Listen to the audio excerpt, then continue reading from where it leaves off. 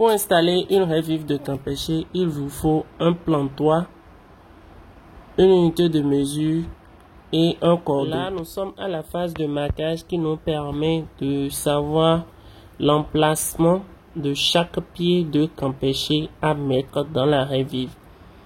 Là, vous me voyez en train de marquer. Lors du marquage, on ne fait pas un trou profond, comme vous allez remarquer tout à l'heure dans cette vidéo.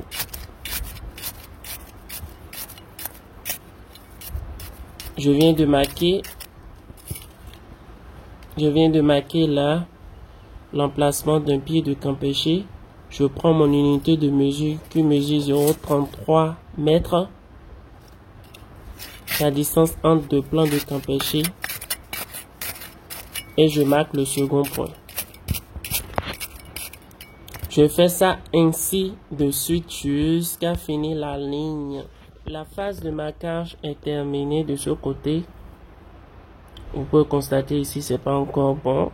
Nous avons juste commencé.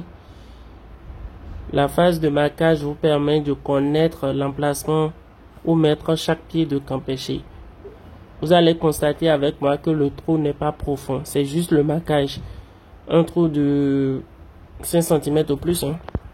Un trou de 5 cm au plus pour que l'équipe qui fait la trouaison puisse remarquer les endroits que vous avez marqués pour mettre les Campeche plus tard. Si vous voulez continuer à profiter de comment installer une raie vive de Campeche, veuillez aimer cette vidéo, partager pour faire profiter aux autres. Là, la phase de mise en place a commencé. Donc, je viens là où il y avait eu le premier marquage. Je creuse à une profondeur où le sachet, le contenant dans lequel vous avez fait la pépinière de vos plantes, ou bien le contenant dans lequel les plants vous ont été livrés, vous creusez pour que ces contenants-là puissent disparaître lors de la mise en place.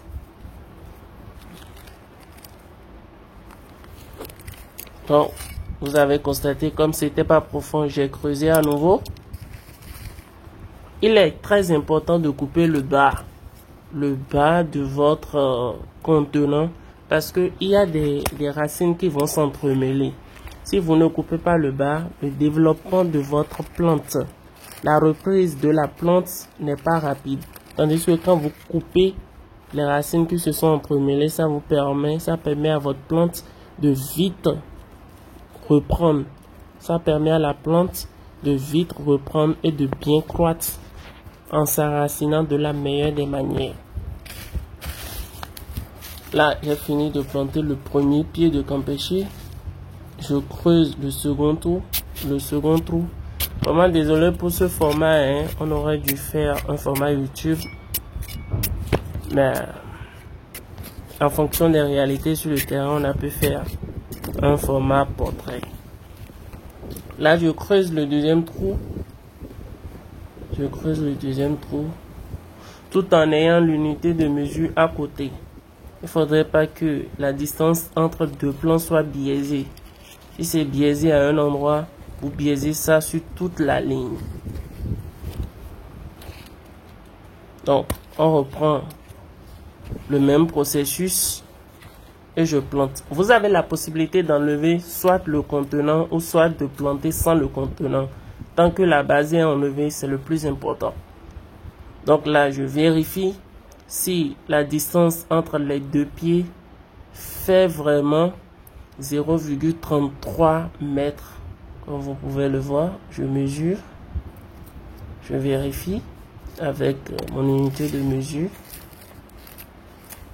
Là, je ferme le trou de plantation.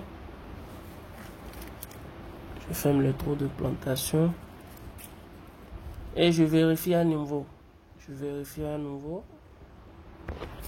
Dans cette séquence-ci, j'essaie de vous montrer comment se faire la trouaison. Comment je faisais la trouaison tout à l'heure. Là, vous avez vu de plus près. Là, je vous montre comment je fais la trouaison. Et nous allons passer à une autre phase.